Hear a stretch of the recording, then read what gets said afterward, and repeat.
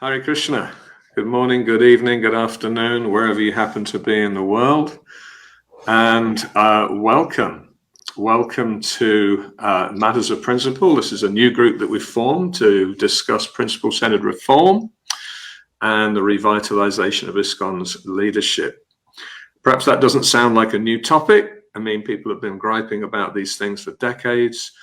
What we're planning to do differently is not merely express grievance and think there's nothing more to be accomplished, but we're trying to initiate a conversation with solutions and recommendations, and a conversation everyone can participate in, including ISKCON's leaders, who will be inviting to these, about the caliber of leadership the society needs that will enable it to flourish in a healthy way, and what's not acceptable.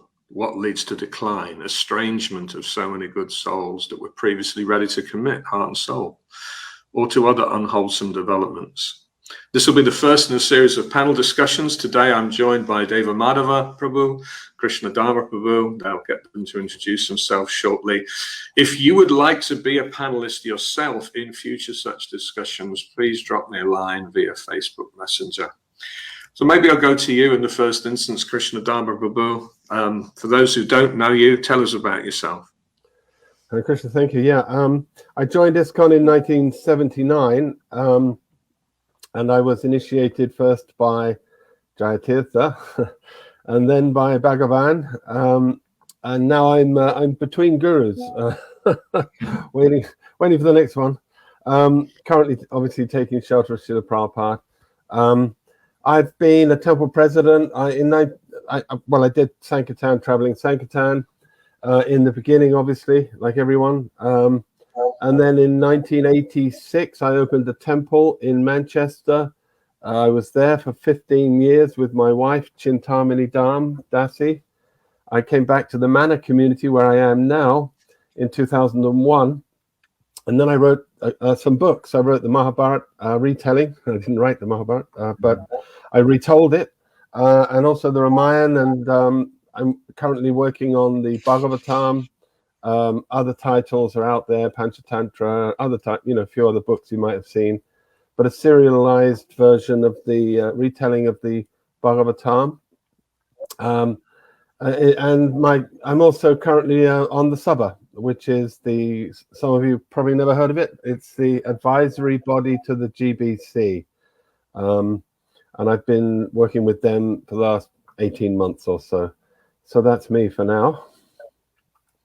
Thank you very much, Prabhuji. And Deva Madhava, please introduce yourself. Yes, Deva Madhava Das. I met the devotees in 2010 in the summer in Michigan, USA.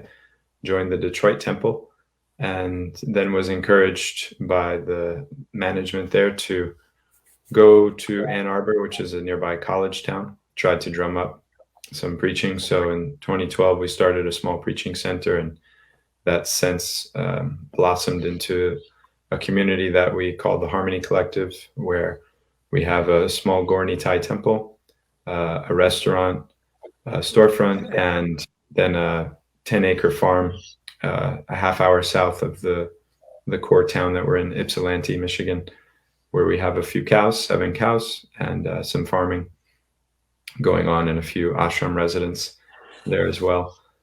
I was a part of a few other projects in between there, but that's been my core service since about 2012. Thank you. And for those who don't know me, Damodar Das, joined in '84. Sort of second generation, grew up in a family of devotees, but didn't have the Gurukul experience, although I did have a boarding school experience with all of the attendant experiences that go with that. Also served as a TP for a while, and these days work professionally in leadership development, leadership coaching, and so on. And I can, happily attest that we have a sort of 4-generation of devotees family on both sides. So I'm a grandpa and got all of those things going on as well. All right, so let's get to our topic. ISKCON's leadership and the trust deficit sounds pretty heavy. There's a reason that we now. So I wonder if I can ask both of you, what is the vital need, the urgent need to have some kind of reboot of leadership, some kind of rethink of leadership? What's triggered concerns? Okay. Shall I go first? Yeah. Well, okay. I'd like to start. Am I echoing? Can you hear me properly? Yeah. I can hear you fine. Okay, wonderful. Yes. I'd like to start just by saying that this is not. We're not at war with the GBC. It's not an attack on them. We really are concerned for the welfare of ISKCON. And speaking for myself, I see the GBC as a critical requirement for the unity, for the ongoing success of the society. I mean, Srila Prabhupada, before him, his own spiritual master, visualized a worldwide society under the auspice of a body, of a committee, not an acharya. So they this is actually something we need, and I think if that's not functioning well, then it doesn't bode well for the whole society. So out of concern for ISKCON, I mean, I've given 45 years of my life to ISKCON, and I've tried to dedicate myself to Srila Prabhupada and serving his mission. And so I'd like to see the GBC in a much stronger position than they currently are, because the way I perceive it now, and what I can understand from a survey which we'll mention in due course that we conducted among devotees, is that trust in the GBC has dropped to an extremely low level. I wouldn't say all-time low. Perhaps it's been this bad before. I think in the 80s, during the Zonlacharya days, mid 80s, late 80s, it was perhaps equally as bad, but it hasn't got any better. It may have got worse, but it's pretty bad. Let's put it that way. So it just seems like the GBC are losing touch and losing influence, and losing relevance, credibility, everything. A lot of devotees. I mean, I know devotees. Like in the second generation, they're like, the GBC, what are they? Who are they? What? I mean, they've heard of them. What do they do? I mean, they don't have any significance in their lives whatsoever. They have very little significance in many devotees, in the whole congregation, really. And I don't know if that's good. I think Srila Prabhupada envisioned them as being the spiritual leadership of the society that you look up to, like the wise elders, the group of devotees who are there to keep the ship on course, on spiritual course, true north, heading in the right direction. Not legislators, not bureaucrats, managers. Okay, they're the ultimate managerial authority, that's true. But I don't think it was ever intended that they be using that authority on like a day-to-day basis, but they really oversee and ensure that everything's going on nicely. Srila Prabhupada spelled out how he wanted temples to be autonomous, to be running their own shows. Of course, the GBC sets the broad guidelines under which we have to operate. That's okay, to make sure that Prabhupada's will is being followed. That's their business. But he just wanted them to go around and ensure that that's happening, just oversee it, make sure everything's going on smoothly, and be available, be seen, be the spiritual coach, coaches, trainers, inspirers for the society. But it doesn't look like that's what's happening. Now it looks like they've become this kind of aloof and remote body who are sitting there and passing these laws which very few people know about. They pass resolutions, and most devotees don't even read them. They don't know what they are. I mean, I guess if you're a TP, a zonal secretary, zonal supervisor, then you need to read them. But otherwise, they're irrelevant. So, I think it's time to have a revisit and a renewal. Just let's take a look. Is the GBC actually doing what it's meant to do? Is it performing the function Prabhupada envisioned? And if not, what can be done to restore the trust? And obviously, we know that in recent times there have been some catastrophic occurrences, specifically among child about child protection, which the GBC have been presiding over, these great failures in management, derogations of duty that they have not been able to stay on top of these things. That's been reinforced recently by the report released by Naveen Krishna Prabhu. Some of you may have seen. So there's a whole combination of things which I think are bringing it to a head right now, that this seems to be a time when it requires this review, this analysis of our leadership, and what are they doing, where are they going, what's the vision for the future, are we on track? So those are a few thoughts to start with. Thanks, Prabhu. We will have Kapila Monet join us on Saturday to actually get into a more detailed look at that inquiry report and the findings there. David Madhava, same question to you. I mean, why is this such a concern right now? I'll pick up from something Krishna Dharma Prabhu began with, which I do think is important, in acknowledging that it's inappropriate to say the current situation is somehow unprecedented or the worst it's ever been in terms of trust level within the society. We hear this a lot in the US about the political situation, that Donald Trump and Joe Biden and et cetera have created this unprecedented era of political distrust and polarity. But then if you look back to the 60s, you had presidents being assassinated, and Martin Luther King and Malcolm X and RFK, JFK. So it's just theater to say that things are worse today than they were then in terms of instability, acknowledging that the society is ahead of where it was after the zonal acharya days, the uncertainty after Srila Prabhupada's departure.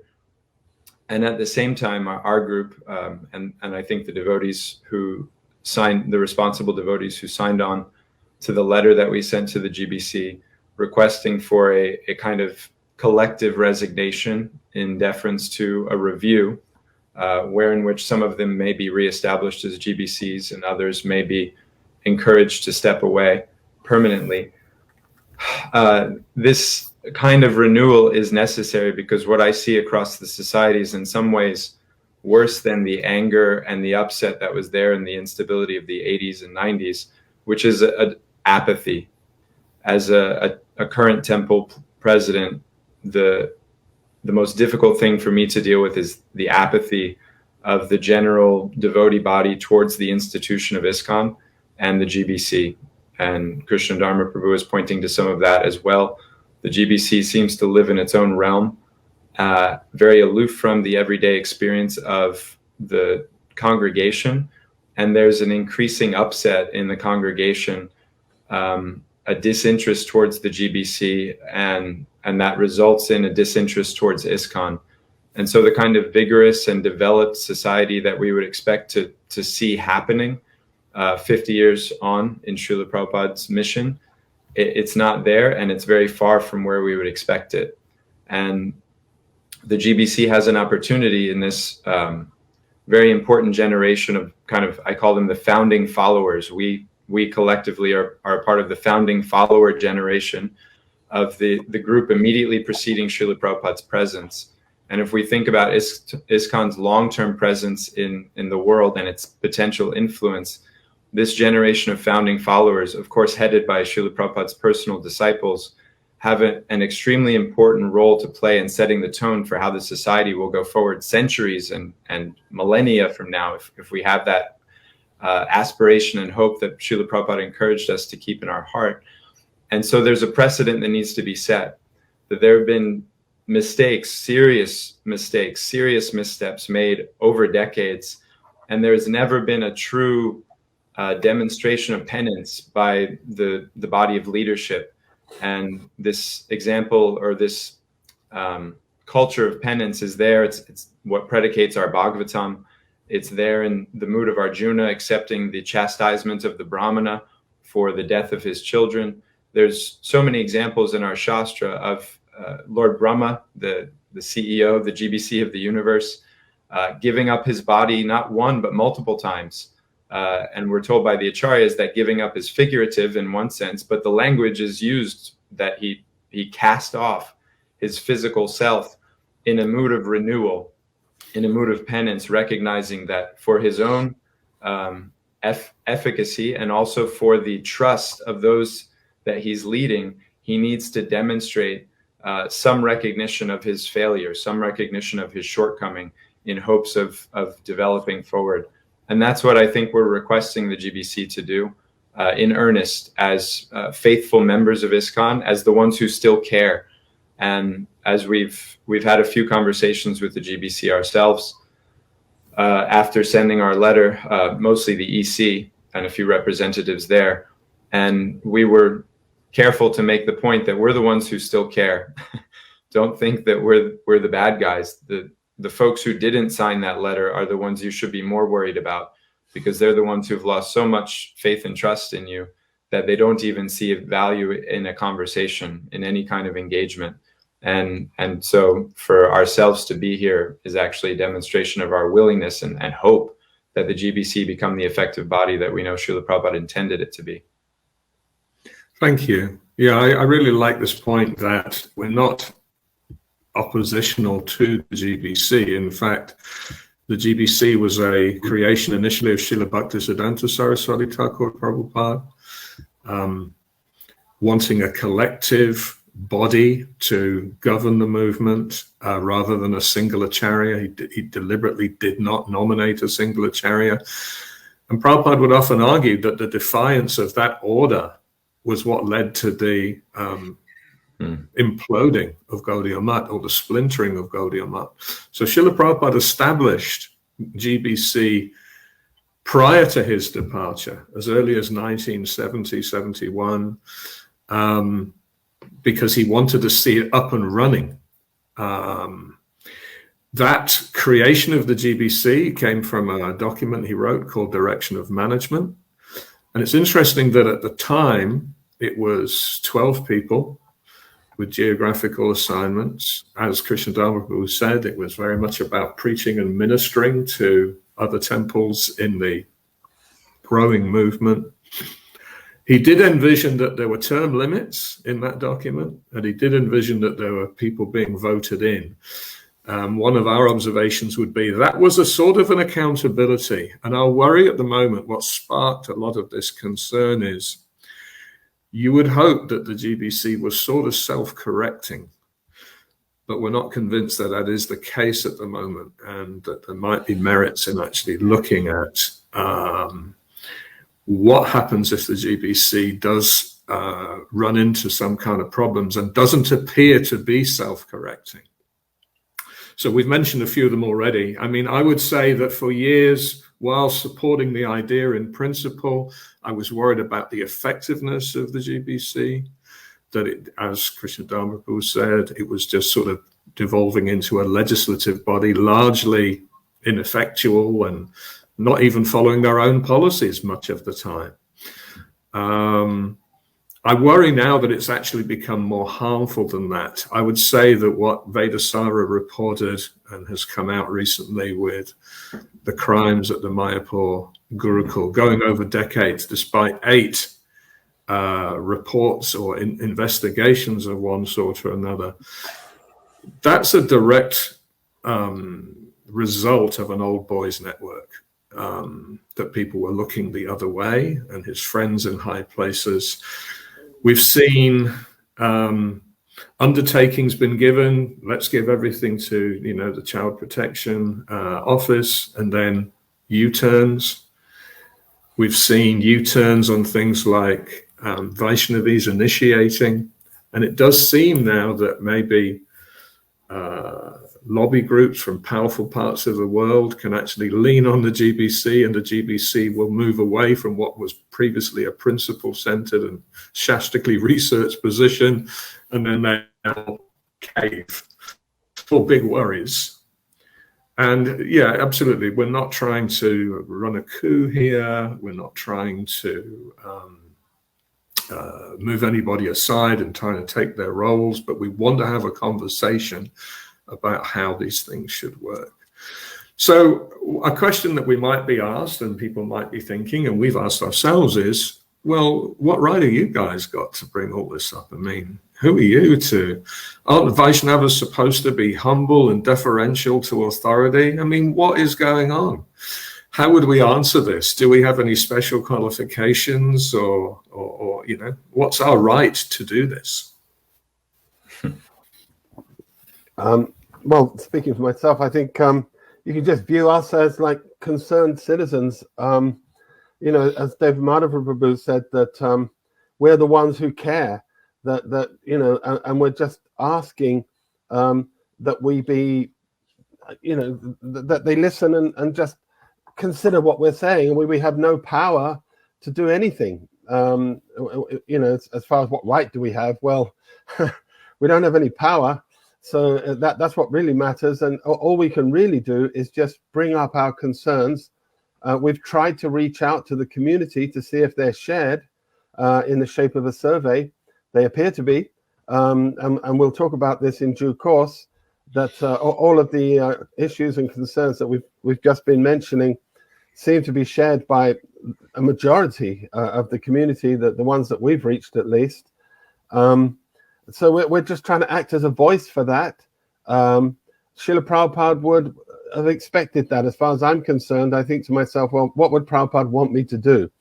And I know that there are instances where devotees went to him and said, Prabhupada, you know, there's these problems, there's those problems in ISKCON. And Prabhupada said, well, you're a senior member of the society, do something about it. So this is us trying to do something about it. And we're reaching out for dialogue with the GBC. And asking them, please consider these points. These are our suggestions. They can only be suggestions because as it stands, the GBC is an oligarchy. That means that they are entirely a law unto themselves. And as Damodar Prabhu was just saying, that was not Prabhupada's original intention in the direction of management. So this is one of our concerns. Now, what happened there? I know that Srila Prabhupada later said, you can choose from among yourselves. There was in the famous May the 28th conversation of 1977, which everyone has cited for supporting their case, whether they, you know, whatever they're into, it's like that's the conversation they tend to go to on that. And anyway, during that conversation, Prabhupada did say, when he was questioned by Satsvarup Maharaj, that you just, you know, choose from among yourselves. And that was great, okay. But did he intend that to be the like drawn in stone method of management for the next 10,000 years? Just one comment in a conversation, because he'd gone to all this endeavor to write the direction of management prior to that. In 1970, that was what, as you pointed out, Damodar, introduced the GBC into the movement in the first place. And then it was still in force in 1976 when they incorporated ISKCON of California. They also mentioned the direction of management. So it was like, and it was used in other incorporation papers as well. So it was written into the legal structure of our society, but it never actually was implemented.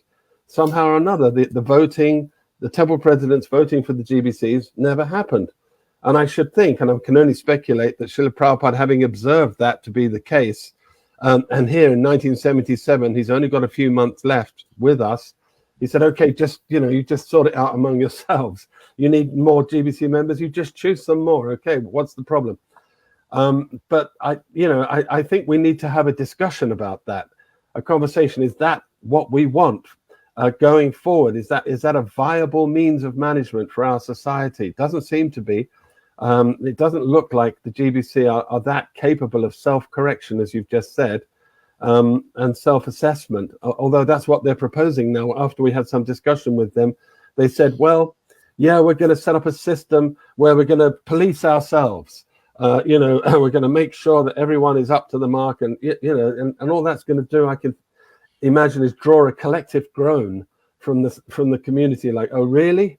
Okay, yeah, well, of course, how's that been working out so far? It hasn't, it's just not been working.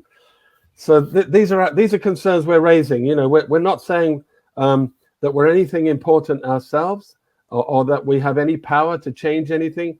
We're just saying, look, this is what we feel, and I think any member of the society should have a right to be able to say something and be heard.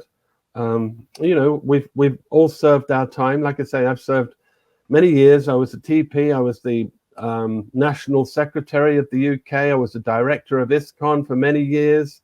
I'm still working with the Sabha. So, you know, it's not like I'm just on the sidelines and saying, hey, you guys, you're out of it. You know, I'm trying to actively participate, but I have concerns. Thanks, Krishna Prabhu. Same question to you, Deva Madhav. I mean, who are we to take this up? Our acharyas, they encourage us to have a sense of mamata towards the Lord and our spiritual master, mindness. And I've learned that that's important to extend to the Sangha as well, the institution. ISKCON is mine.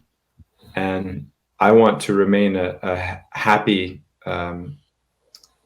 hopeful member of ISKCON. And the only way I feel personally able to do that anymore is if I vocalize very strongly my concerns about the behavior which is antithetical to the principles that it seems Srila Prabhupada established the society for. And when I look at the devotees who I trust and feel connected to and uplifted by, I see that their concerns are shared. My concerns are shared by them. And there's a growing responsibility for each of us who recognize these things, that the emperor is wearing no clothes, to voice that so that he can put some clothes on and we can get back to living in a peaceful kingdom.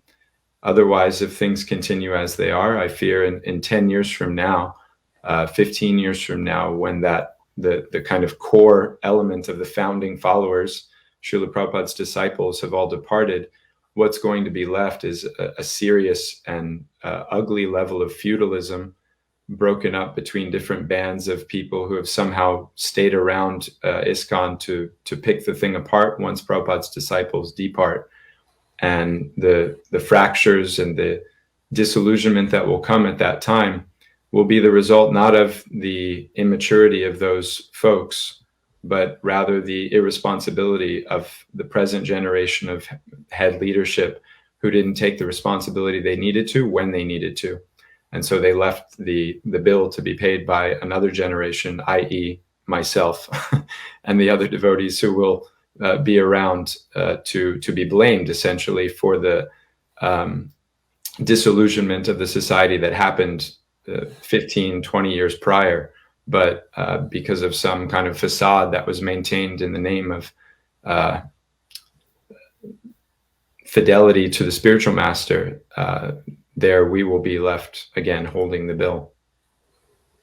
Thank you. Yeah, I mean, you've both reflected my thoughts. We cared deeply about Srila Prabhupada's movement. It was a collective entrustment, stewardship to us all. We've been involved for many years. We have some Shastric knowledge. We have some experience of serving as an ISKCON leader and so on, and maybe even some experience working in the world around leadership development. There are a couple of precedents. There were times Srila Prabhupada stood down the GBC body when he wasn't happy with how it was doing something. He suspended them and just went into override mode. So it's not like it's some absolute authority about which no one can reasonably question. And we also have the precedent in the mid-1980s of the Guru Reform movement deciding to challenge the GBC and stage an intervention and essentially to dismantle the Zonacharya movement. And that was, yes, there were temple presidents and so on, but it was again just a group of devotees who were concerned about what they saw happening and had a reasonable conversation. This is how I think, Brahminical cultures work. If there's a concern, it's raised in a constructive way, and there's dialogue. We fervently believe in servant leadership, that if anyone's going to take a position of authority, it's in a spirit of service to the entire Vaishnava community. And therefore, feedback from the Vaishnavas would absolutely be necessary. All right, well, we talked a little bit about our views. Do we know that, our views are actually shared with others? I mean, maybe this is just overstated, overblown, and it's just our own subjective view. I've personally had the view for some years that trust is an issue for the society and was having a catastrophic deteriorating effect on the culture. But we decided we would ask a few questions rather than just trust our own subjective judgment. So 700 people recently responded to our request to provide some feedback. I'm going to share the results here now. Does this appear on the screen with, yeah, it appears with all three of us as well. That's great. So I might just quickly run through slide by slide and invite both of you to make comments as we go. Please also, if you're watching this, we can see there are a few of you watching, pop your questions or your observations and comments in the chat, and let's see what we make of this. All right. So yes, as has been implied, there are already some conversations. So just to back up slightly, where a letter was submitted with a number of signatures, I think about 50 signatures, basically saying we are deeply concerned and we humbly propose that you step aside for the time being, and that there is a process of renewal whereby you could potentially restand or you could potentially step down. And the executive committee reached out to us and thought they'd explore that a bit further. And there's been a little bit of going back and forth. We implied in those conversations that there is significant community concern, but we thought we'd actually poll it. We would have loved to have got more than 700 responses. I would note that we looked at what the data was saying at 500 responses, and the percentages didn't change with the extra couple of hundred. We did reach out to ISKCON News and Dandavats, but we weren't able to have them broadcast the survey. But we would absolutely encourage, if the GBC is at all concerned, well, this may not be representative and so on, please conduct this survey. This is vital. If trust is problematic and credibility and so on is problematic, then, you know, what impact would that have? So as you can see from the last bullet here, we know that it may not be perfect, but in the same spirit that Srimad Bhagavatam, you know, is heard, sung, and accepted by honest men, we would hope that the intent behind this would encourage people to take the data seriously. I'll just pause before I keep going forward to see if either of you want to make any comments about just that intention. All right, I will keep going then. Survey design. So there was a series of questions, surveying community opinions regarding trust, credibility, accountability on a 5-point scale. You can see here a statement at one end of the scale, such as, I've lost all faith that the GBC competently represents Prabhupada. And then at the other end of the scale, I have full faith that the GBC competently represents Prabhupada. So of course, if you're saying I give it a 1, you're strongly agreeing with the lost all faith statement. And if you're giving it a 5, you're strongly agreeing with the higher full faith statement. 2s and 4s, mild agreements with the respective ends of the scale. 3, sitting on the fence, or neither agreeing, disagreeing. So there were views that maybe we should have just gone down the appreciative inquiry. Tell us what's right with the movement and how we can do more of that. We didn't feel that that would actually bring to the fore some of the concerns that are really there. It might have even been a little Pollyanna. Again, I'll pause just to see if you either have questions or comments around anything I've said so far. Yeah, just that, as you say, you mentioned that we weren't able to put the survey out through the mainstream channels, that is ISKCON News, Dandavats, and that was because the communication minister did say, well, I prefer the appreciative inquiry approach. And he felt that the survey was biased. So I did respond and say, you know, I didn't think, please tell us how it's biased if it is. You know, I don't think it is, because they're just polar questions. And it is a fact that, you know, some people did respond on the positive side. They had the opportunity. Anyone could have done that. And it's not like nobody did that. I think to myself, it was a very clear cut and very simple survey, because we're only a few devotees. And if we'd done the other kind of thing with all these other open questions, it would have been very difficult for us to manage that. So we just wanted to really get a feel, put our sort of toe in the water and see what it's like out there. And this was really the quickest and easiest way to do that. And it came back, as you're about to see, with a very emphatic response. And I'm frankly, it's worrying that somebody would need a survey also to recognize these things. And we did this in good faith, wanting to kind of demonstrate something empirically, which we all intuited already. And leaders are such leaders because they don't need surveys of this nature necessarily to understand their constituency, that they have a sensitivity, they have their own ways of going about collecting such data. It's a natural part of leadership. And anybody who's surprised by this it's a sign of their delinquency in terms of their responsibility to the society. Because somebody who's been paying attention for the last decade that I've been involved with ISKCON would not be surprised by this. This is simply just affirming what they hear from thoughtful devotees when they speak with them.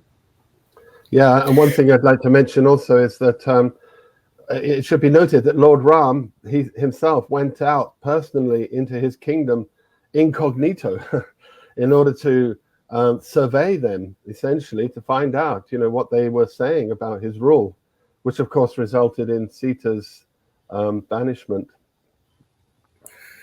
In fact, yes, he was so ready to act even on what might be taken as harsh feedback, unfair feedback, but he felt that level of obligation to be the servant leader. We do have demographic questions, which I do think qualifies the opinions that we're about to hear. And I think you made the point previously, David, that actually nothing that came out of this survey contradicted or even showed progress from the 1996 Prabhupada Centennial Survey conducted by Dr. Burke Rochford and submitted to the GBC at the time. The same issues, which is both confirmational and concerning, that despite having that feedback, and this is the danger of going out to reach out for feedback. It's one of the reasons we're sharing the feedback now, is that people want to know, what was the result of me sharing my opinion? And will anything actually be done about it? So there's a danger that it can raise us hope, and there's a kind of moral obligation then to try and see things through. Okay, so the next slide might better explain this, but one of the questions that we want to know is, well, how long have you been around ISKCON? It's hard to see from the graph here, but here we go. 13.2% of respondents to the survey joined and participated during Srila Prabhupada's physical presence, around 25% between 78 and 89, sort of the Zonal-acharya era. It was winding down probably from about 87. A quarter of participants also during the 90s, and 22% from the year 2000 onwards. So just to give a rough idea there, that's practically 3/4, certainly 6 to 2.5% or something, who've been around the movement for more than 30 years. Over 20 years. So, I mean, we're not talking about new devotees. Someone may argue, but it's all those old crusty people that have just, don't chant their rounds anymore and they've just given up. That if we were to survey the temple managers and the temple residents, it would be a totally different picture. Well, okay, let's see. Let's do that survey. I mean, we're not arguing that this is the only data for the rest of time. We're just saying we've got some substantial views. This is one of several demographic questions. Let's move through to some of the others. You can see here, again, some of the rows aren't labeled, but we'll see it better on the next slide. There's 63% here of second initiated. Clearly there was some interpretation issues, because obviously 63% would have also therefore been first initiated. So I think some people thought first initiated alone. Some people went first initiated and second. 45%, only 6.5% are current ashram residents, but 42% had been ashram residents at some point. I'll actually go to the next slide because it's easier to read. 63% reporting that they chant 60 times daily, and 55% reported daily reading Srila Prabhupada's books. I actually think that's quite impressive, particularly the reading of Prabhupada's books. In fact, I wouldn't mind seeing if the GBC could even match that particular daily reading. 17% raised as devotees, 8% going to Gurukul, about 8% having affiliations with other mutts. So just in case, these are all Narayan Maharaj people or something. We didn't ask gender questions. We didn't even want to go down there, but of course that would maybe be a valid cut. We kind of did a little bit of a mix-up. Looks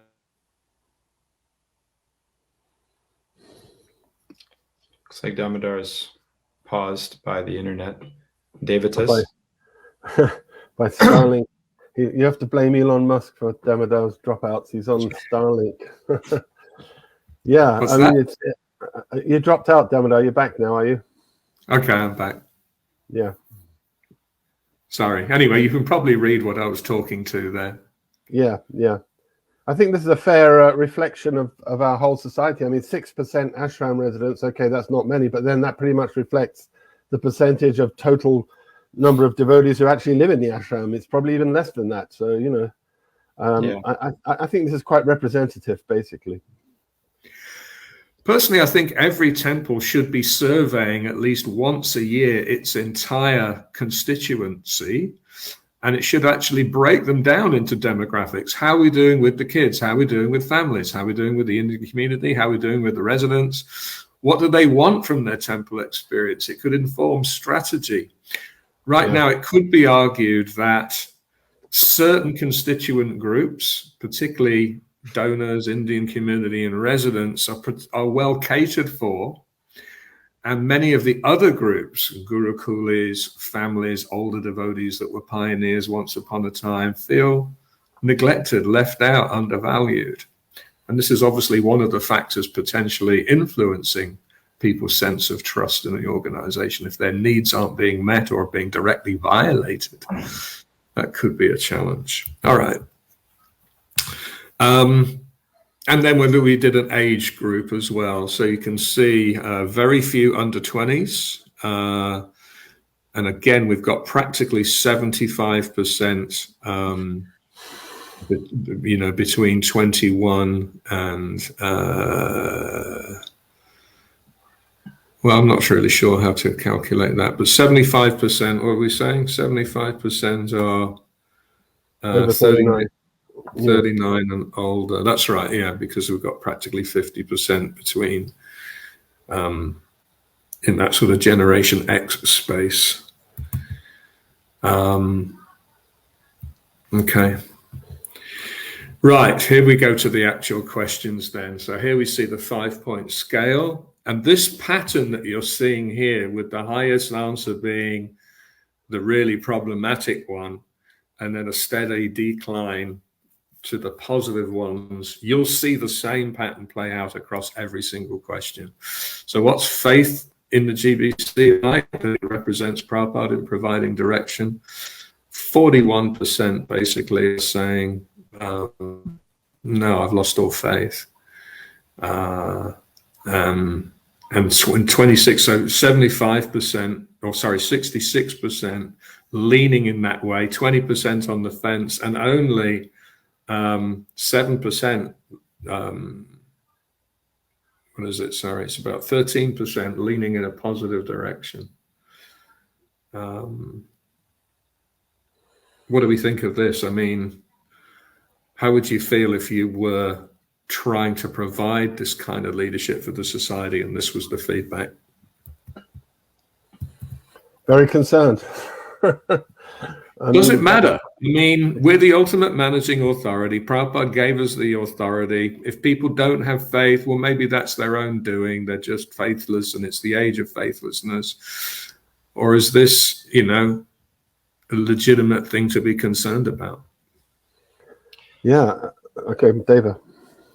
There is an attitude of the early days which kind of invites our top level leadership to that dismissive mood. There was a more authoritarian dynamic naturally in the early days of ISKCON, established by Srila Prabhupada's own natural authority over everyone else in the society.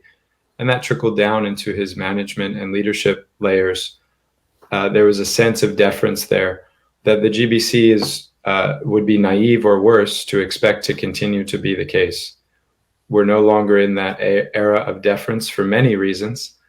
And the natural course of the society going forward is that trust in leadership is going to have to be earned regularly, renewed regularly, reinstilled regularly.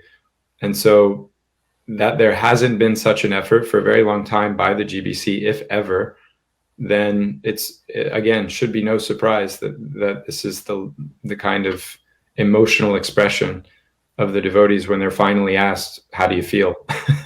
After not asking someone how they feel for 40 years, there's not much surprise when the answer is not good. And we'll certainly look at possible causes before we're done today, possible causes for this answer. It shouldn't be rocket science, really. I mean, it shouldn't take forensic analysis to figure out what kind of things have wounded people's faith and injured people's faith. So this just measures the effect. But yeah, I would certainly be deeply concerned. All right, let's look at the next one. Okay, integrity of the GBC. So we see the same pattern, this time 47%. I do not trust the GBC to act with integrity, strongly agreeing with a further 21.5 on the same way. Add those together, what is it, 69%? Only 12% or something having a positive view of any kind. Again, possible causes. If we think causes and effects, is this a concern? Yeah, of course. This is a major concern. I mean, leaders should be seen to have the highest integrity, and I mean, this is, key to being a leader is that you can be trusted, and that you're not going to be acting on any other kind of agenda of your own. I mean, what's undermined this faith? This why are people coming out like this? I mean, 70% saying no, we don't trust their integrity, and we can just see the recent instances, such as like Vaishnava Diksha Guru. Okay, I'm not commenting on the issue itself, but the GBC, they in all their wisdom, they finally decided, yes, okay, let ladies give initiation. So that, I presume, they made that decision based on principle, but did they? Because soon after that, they rescinded it. Oh, well, we're going to, put a moratorium on that.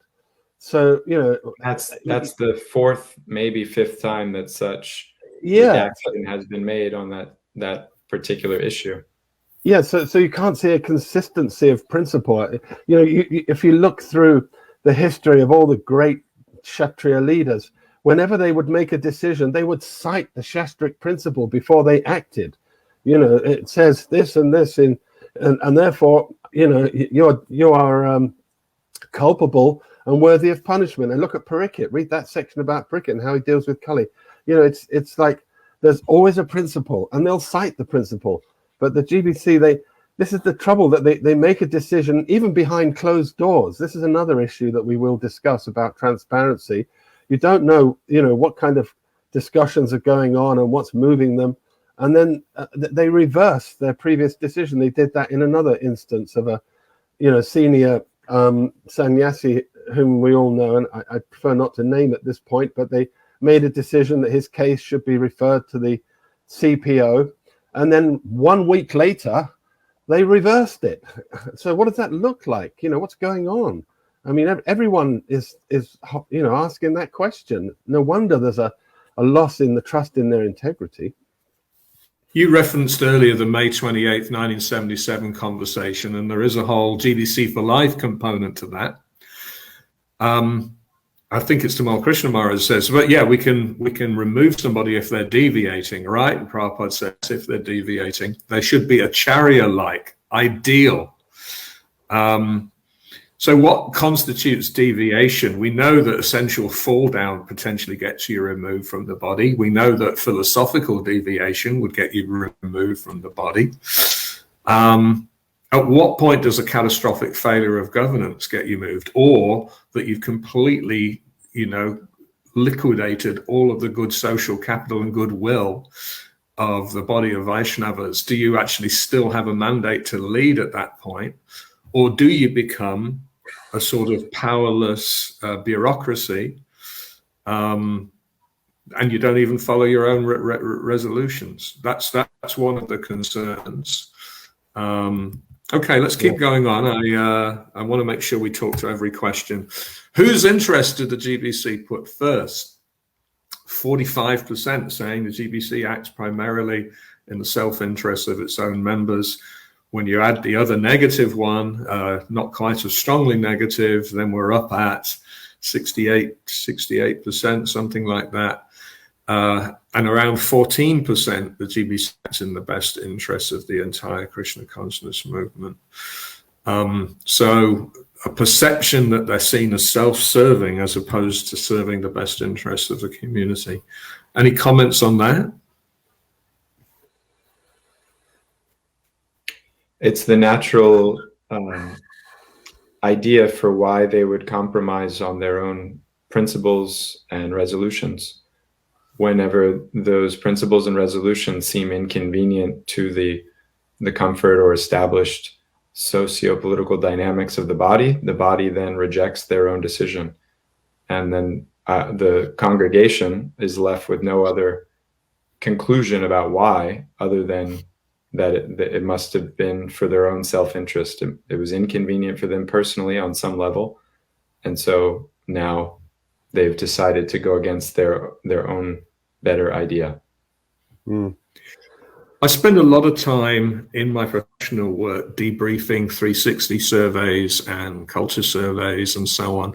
And often if, managers or leaders get feedback that they find smarting, something that really confronts them and challenges even their own self-perception, I'll give them enough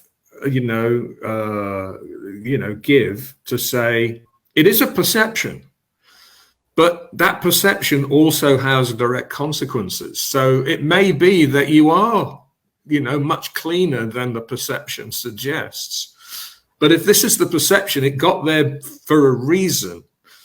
And yes, if it stays this way and you don't endeavor to shift this view, it's certainly going to affect, yes, your kind of social mandate to leave. You can claim ultimate managing authority. Even that, little quote, I know it comes from Srila Prabhupada's will. Ultimate managing authority. Does that mean we're just not answerable to anybody? That's one way you could take it. Or you could take it as well that once all other avenues have been properly exhausted by way of consultation, the folks who make the final decision, both of those could be versions of ultimate managing authority. It certainly doesn't mean that everybody is bound, morally to just do your bidding. That's not how things work. Not in a spiritual society. Our ultimate authority is the Srimad Bhagavatam, our acharyas, our own relationship with Krishna and the spiritual master. So the ultimate managing authority of the spiritual society is still not the ultimate, is not the supreme influence of the society. And devotees are hip to that increasingly, that their spiritual life is not dependent on the health of the institution.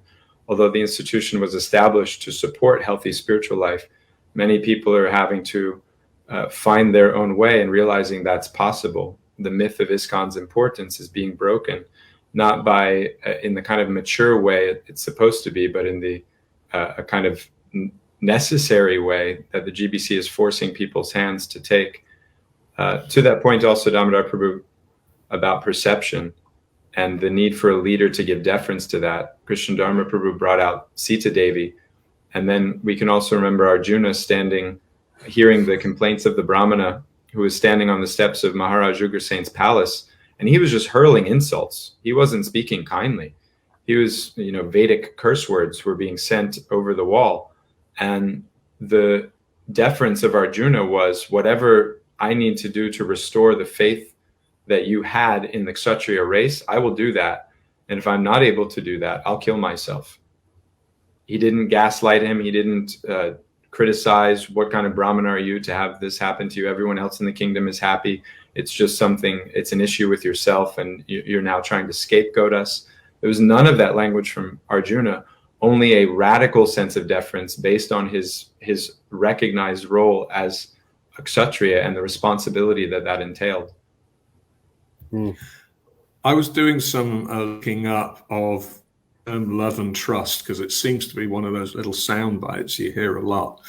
And here was one particularly poignant from a letter to Upendra, 6th of August 1970. Now all my disciples must work combinedly and with cooperation to spread the Sankirtan movement. If you cannot work together, then my work is stopped up.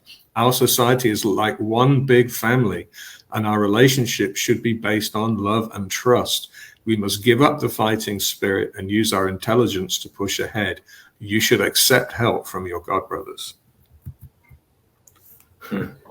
Sorry, Krishna Dharma, were you about to try and get a word in edgewise?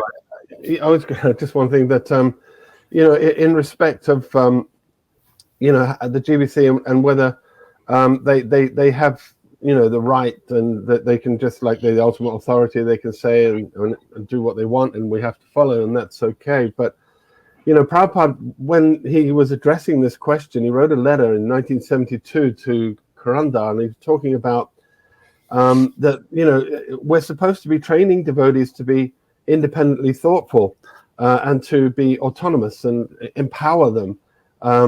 And we must remember that this is a voluntary movement. No one's here because they have to be. We're all just volunteering and trying to serve Prabhupada to the best of our ability. And the GBC are there to kind of oversee that and just make sure things are going on according to Prabhupada's desire. And Prabhupada used words like, you should be bringing out the spontaneous mood of surrender. You should be inspiring devotees. You should be it's not a case of intimidating them, of an authoritarian approach, authoritative, but not authoritarian. It should be a case of inspiring and leading and, getting devotees to willingly surrender to the mission and do something. So you have to take these concerns seriously, these perceptions seriously, because it's not working. You're failing. You're completely failing in that respect, in the respect that Srila Prabhupada expected you to succeed, what he wanted you to do. Maybe we could put that letter up at some point and show, but I think everyone's aware of that letter to Karanda. It's very famous. Yeah. We all know, the independently thoughtful one. So, perception is everything, because that's what Prabhupada expected, that devotees would be actually inspired. And if they're the opposite, and this is what we're finding, something is definitely wrong. Even the secular world, Gallup did a survey not too long ago, hundreds of thousands of people, and the 4 big themes of what people look for in leaders: trust, stability, compassion, hope. And that's even just in secular kind of corporations. What to speak then of a spiritual movement where people are naturally looking for being spiritually enlivened. And if trust is compromised, that's a real poison. All right. How about the quality of decision making? And it's actually getting even more severe, isn't it? Now we're seeing 52%. The GBC decisions do not reflect my expectations, and a very small amount of agreement.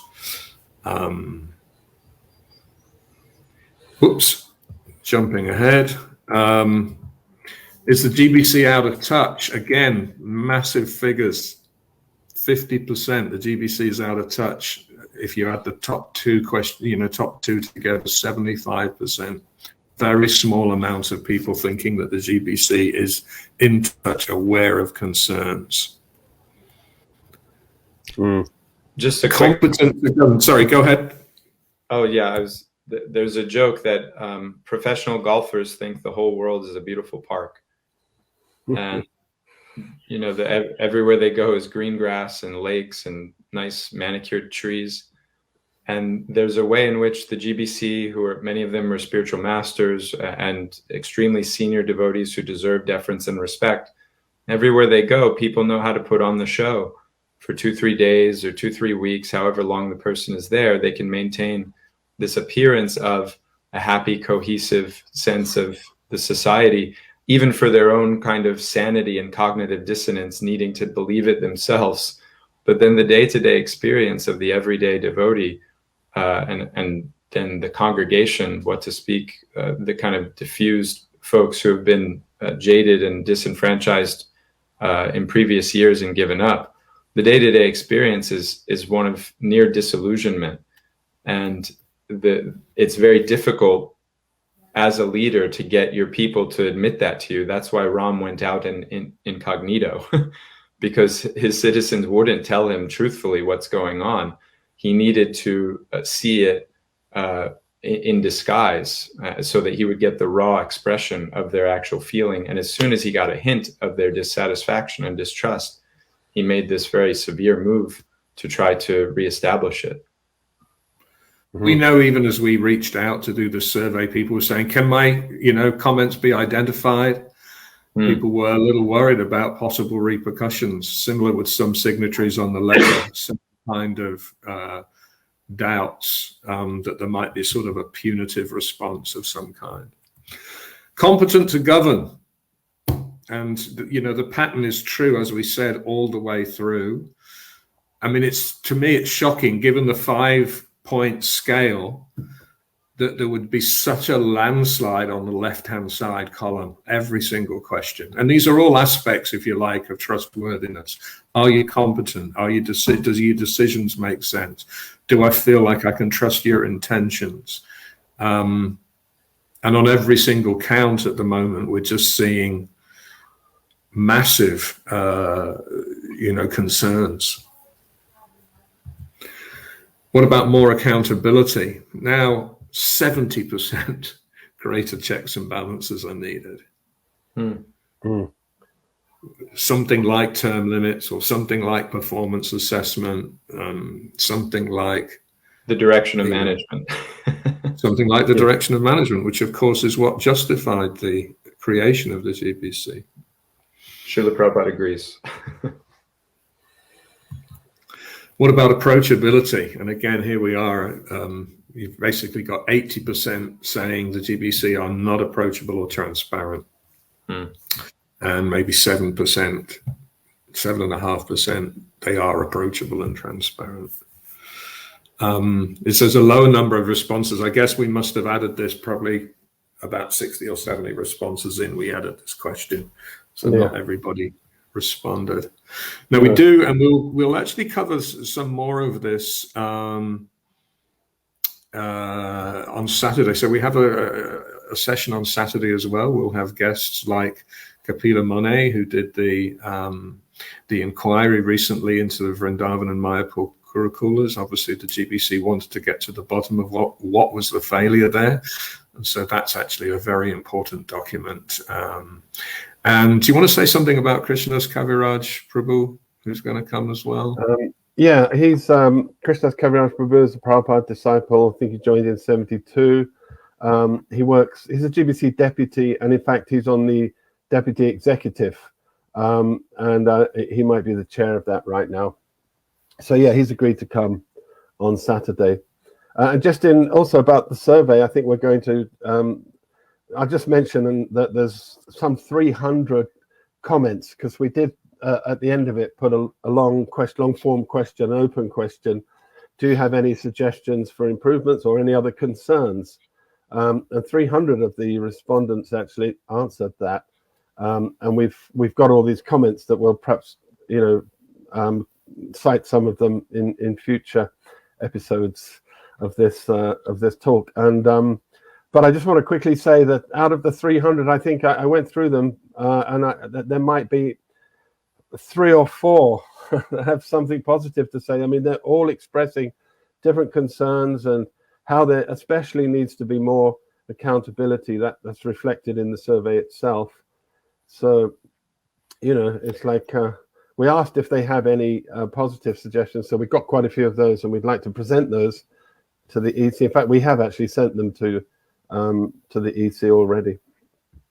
Yeah, and so it's worth saying that the EC, the Executive Committee of the GBC, did take the letter seriously and came and asked and met with us, and we've had a little bit of a chat, and we're now going a little bit back and forth. So they haven't responded to the survey. The question, they haven't yet responded to the survey directly.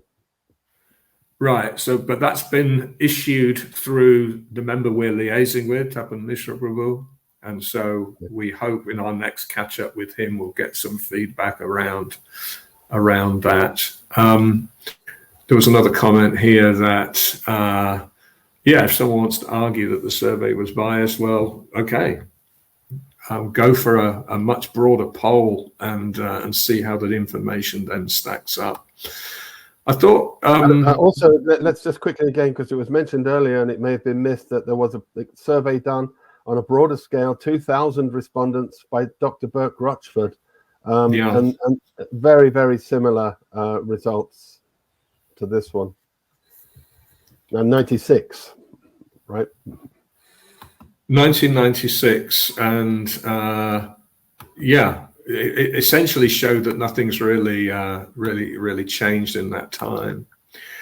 I thought I might just go through some of the recommendations that we have made, and also just explore the causes of trust. So what happens in cultures where trust is compromised? Communication is problematic. It tends to go underground. Official comms are derided. The grapevine takes over. Does that sound like our society? Versus, you know, in a high trust culture, communication is timely, free flowing, constructive. People confidently submit ideas. Where trust is compromised, people play safe, withdraw, disengage, retreat to the sidelines, versus go the extra mile, feel a sense of ownership, surrender their lives, and so on. So, I mean, happy to distribute this at some point, but hopefully those are fairly self-explanatory. Would either of you just like to comment on any of that kind of why trust matters? I mean, are we overblowing it? It's ironic that those last two questions about transparency and accountability. It's ironic that were such measures taken by the GBC, it would make their jobs much easier.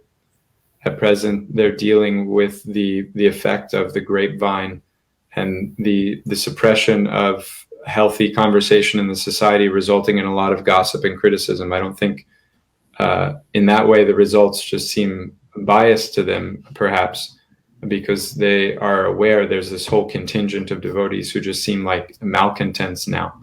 But every devotee, if they're not given a healthy space to express themselves, will resort to that kind of gossip and grumya.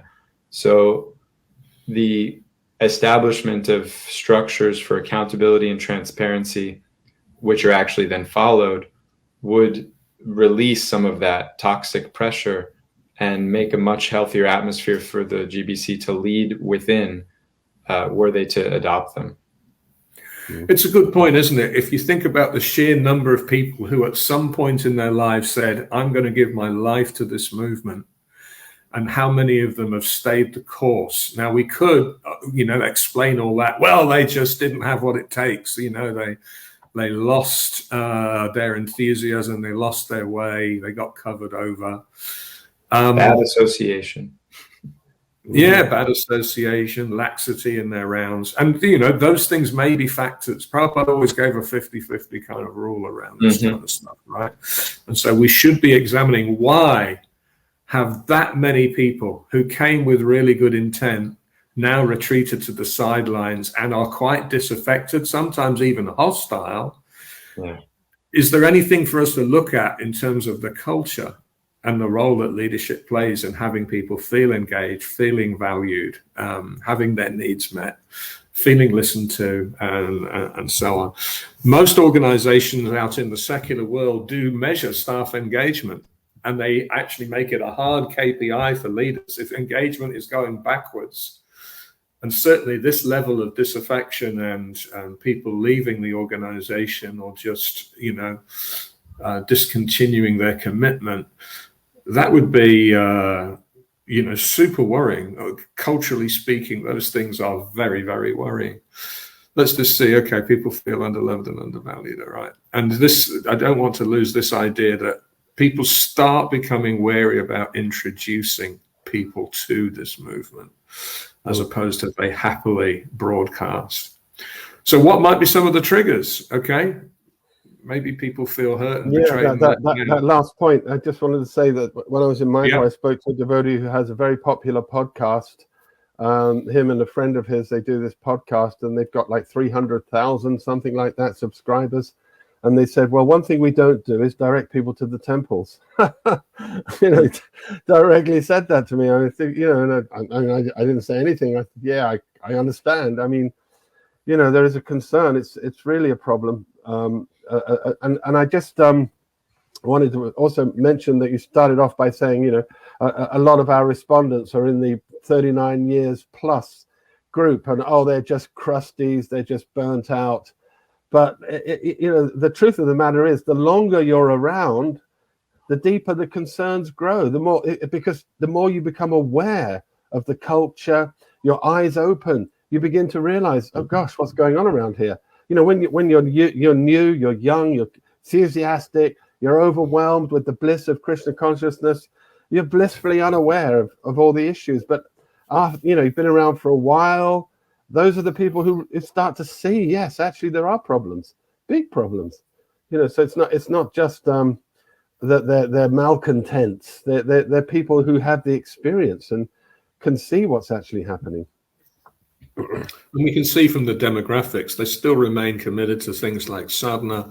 They still remain committed to involvement. In fact, I'd argue that the fact that they even took the time to do the survey actually in itself is an expression of commitment, because a lot of people told us this is just a waste of time. Why would you even bother? I've checked out. No good can come of this organization. There's a lot of that kind of attitude out there as well. And those were people we were approaching to sign the letter, who we were under the impression they were established devotees doing responsible service. We weren't reaching out to fringies with that kind of request. We were reaching out to people with some name and status within the society, known as responsible contributors. And many of those responsible contributors gave that sense of hopelessness in view of the GBC. So looking at triggers for why people might become untrusting and things that might be done to restore trust. People feel might betrayed. I mean, if you think about all the guru fall downs, that's going to do it. Classically, obviously, if there's been real issues with child protection, that's going to do it. What will it take to turn that around? Well, a mea culpa. Have we seen anything like that? A sincere acknowledgement and remorse, cessation of the harmful behaviors, corrective behaviors.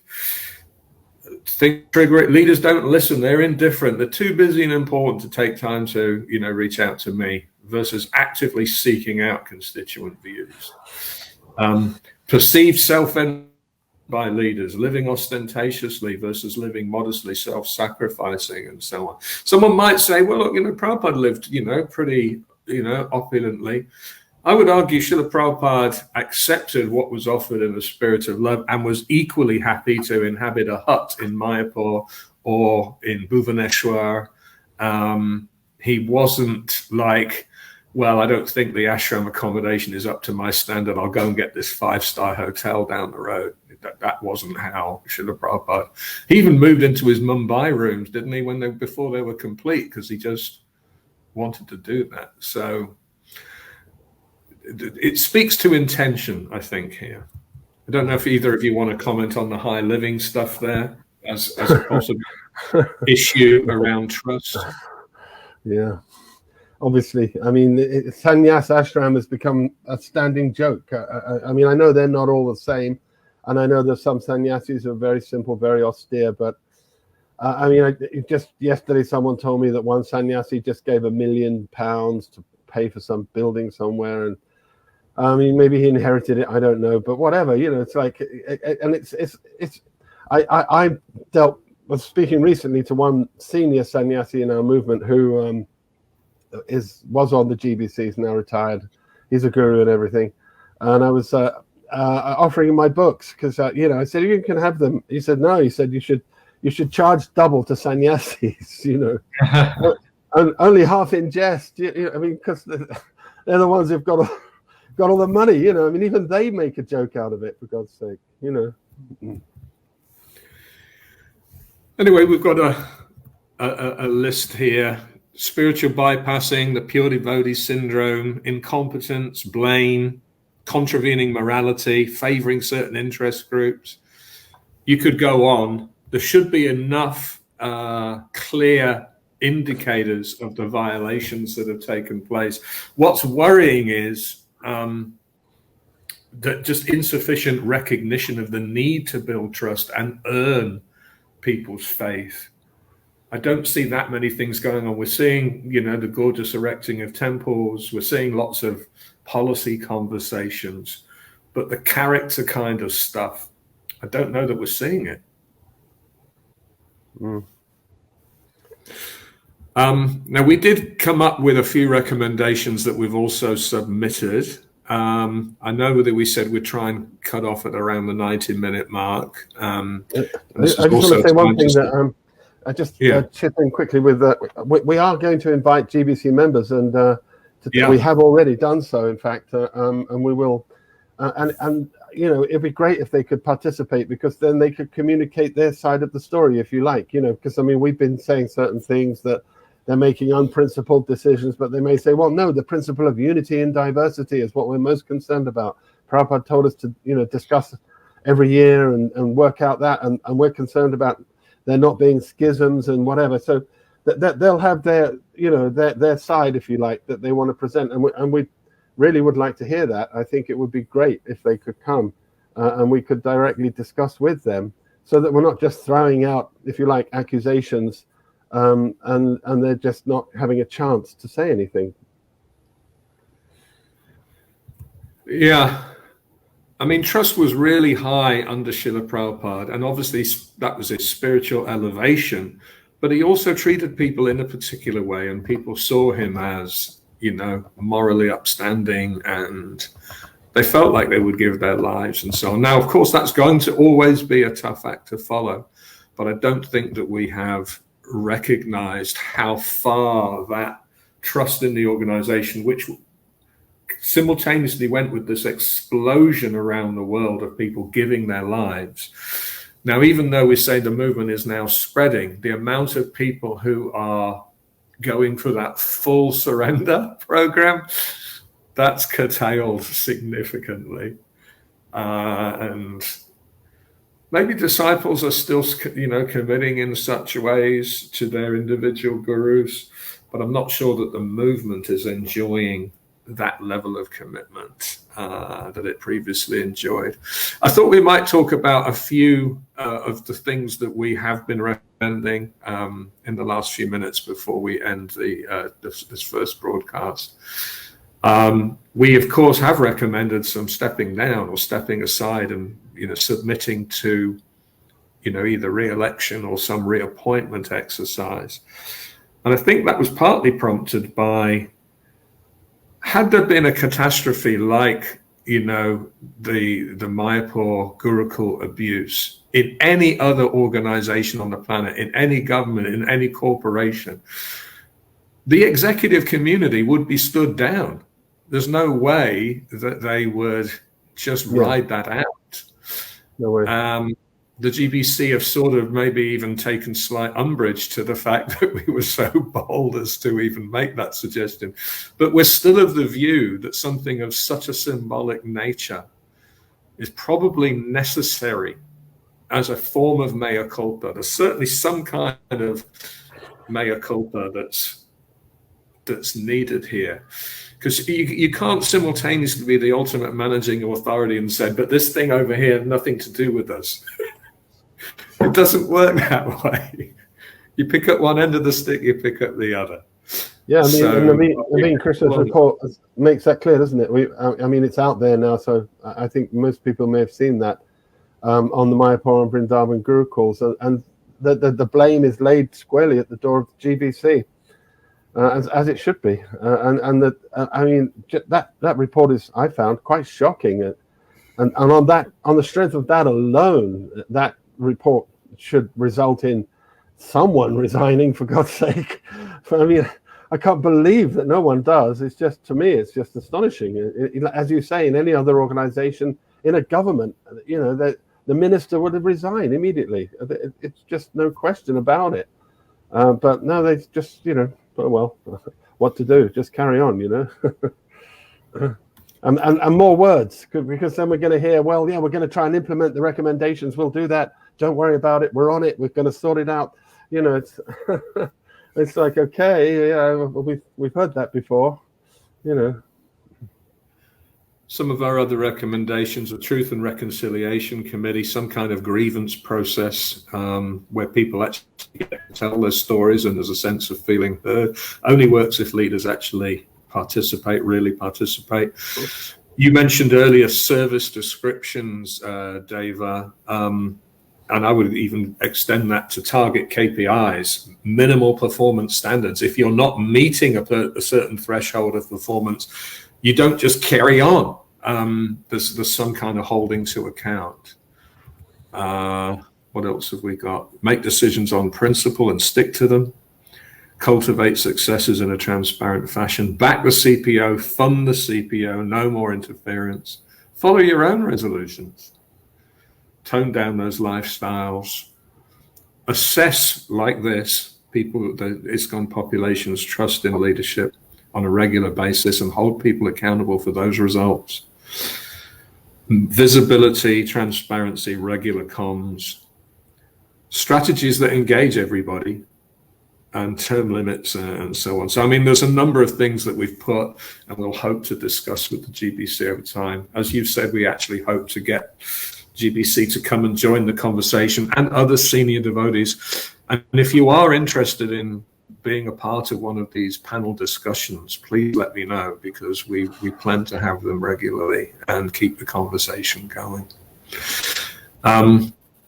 I think we might, you know, start to wind down in the next few minutes. David, are there any thoughts you'd like to leave the viewer with?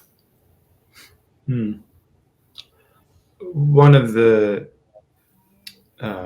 misconceptions that the general body of ISKCON suffers from, devotees, lay people, leaders, is that somehow as an organization we're special or unique. If you look across at other organizations, Damodar Prabhu, in your professional work, you see this, governments, other religious organizations, etc. The dynamics of ISKCON are not different from the dynamics of any organization anywhere. And that way in which we study the three modes of material nature sometimes gives us the wrong idea that we're above them just by knowing about the dynamics of them. But the dynamics of the modes of nature and our understanding of them are meant to inform our behavior. So it's totally expected and normal for ISKCON's leadership to behave in this way, because that's where it happens. It happens that way everywhere else as well. What would make ISKCON exceptional, as we hope and expected and Prabhupada intended it to be, is if we respond to these kind of problems with radical integrity, the kind of dramatic integrity that we see in our exemplars in the Bhagavatam, in our acharyas. It's not that because things are wrong, it's how we respond to the things that are wrong that decide whether we are right or wrong. Because in some sense, these things are going on. We should expect from time to time difficulties to arise. We brought up the chapter from the Bhagavatam in the third canto, chapter 20 or so. Lord Brahma is creating and all kinds of things are going wrong. And each time he goes through this act of contrition and giving up his body on a subtle level in a renewal, in a mood of redoubling his commitment to doing that service for Krishna the way that he intended and he knows Krishna wants.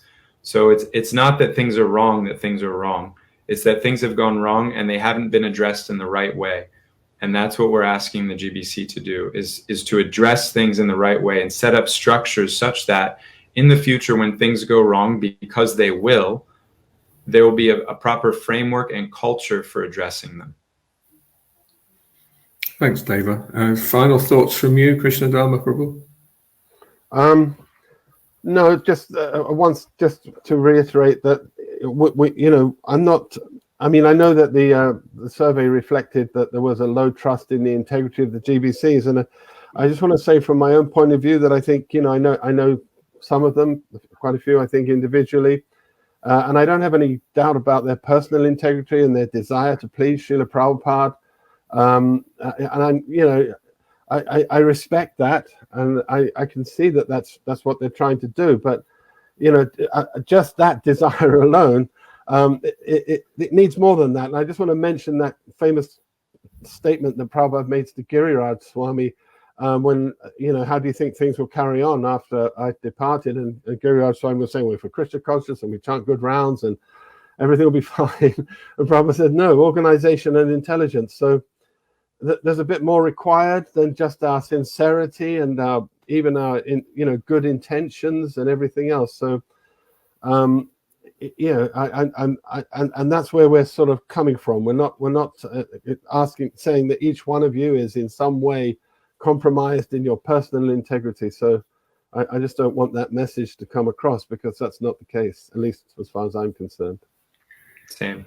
Absolutely. I mean, a lot of people have actively tried to discourage us. You're mad. Why would you even attempt such a thing? This is going to go, it's futile. We don't believe so. We actually have been encouraged by the response so far. And even if we might, be quite exacting in some of our criticism, it's coming from a place of wanting to see and believing that the organization can come through this. Stephen Covey had an interesting metaphor about trust. He compared it to an immune system. If your immune system is strong, it can fend off any pathogen or any ailment very quickly. If your immune system is compromised, even a cold can kill you.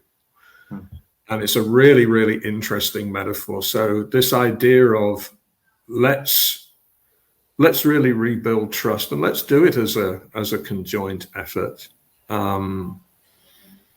There's also that famous statement, I forget now who said this, but never attribute to evil what could easily be explained by incompetence, or it might be stupidity. I forget the exact quote. But the idea, I've always been of the view that we're not dealing with bad actors who are ill-motivated, but there are some shocking competency gaps.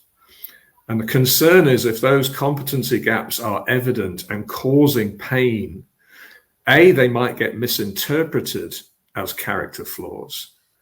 But B, if despite all the evidence, there's still resistance to acquiring the competence or doing the right thing, then that does start to ask questions about character. It starts to raise those kind of questions. So it's not surprising that there's a lot of doubt in that kind of area, but it's absolutely healable, but only by concerted effort, only by sincere character work. It's taken us 50 years to unravel to this point. It may take us as long just to repair and rebuild, but it'll only take longer if we put it off.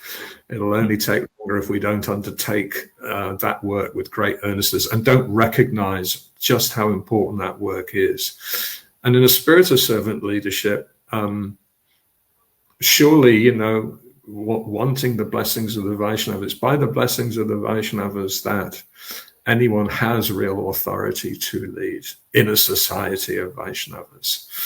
So I don't think we're really talking about something weird and wonderful. We're just talking about a, thoughtful application of our own philosophy. Yeah. Thank you, panel members, for your hearty participation and your thoughtful words. Thank you, viewers, for being engaged. If you found this conversation useful, Please tune in to others. If you'd like to even be a part of one of these, please let me know.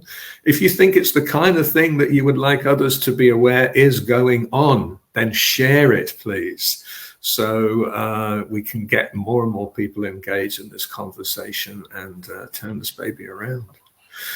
Hare Krishna.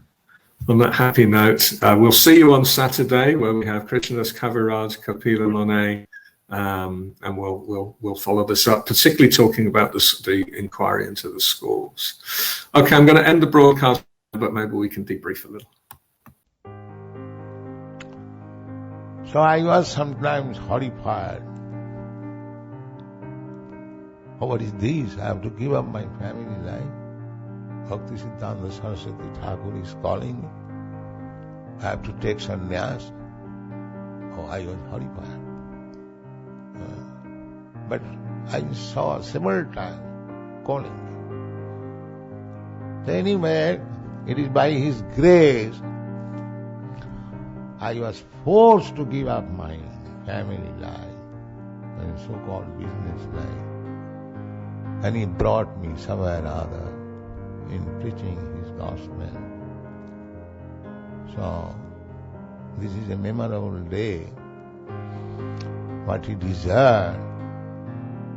I am trying little bit, and you are all helping me. So I have to thank you more. You are actually representative of my Guru Maharaj.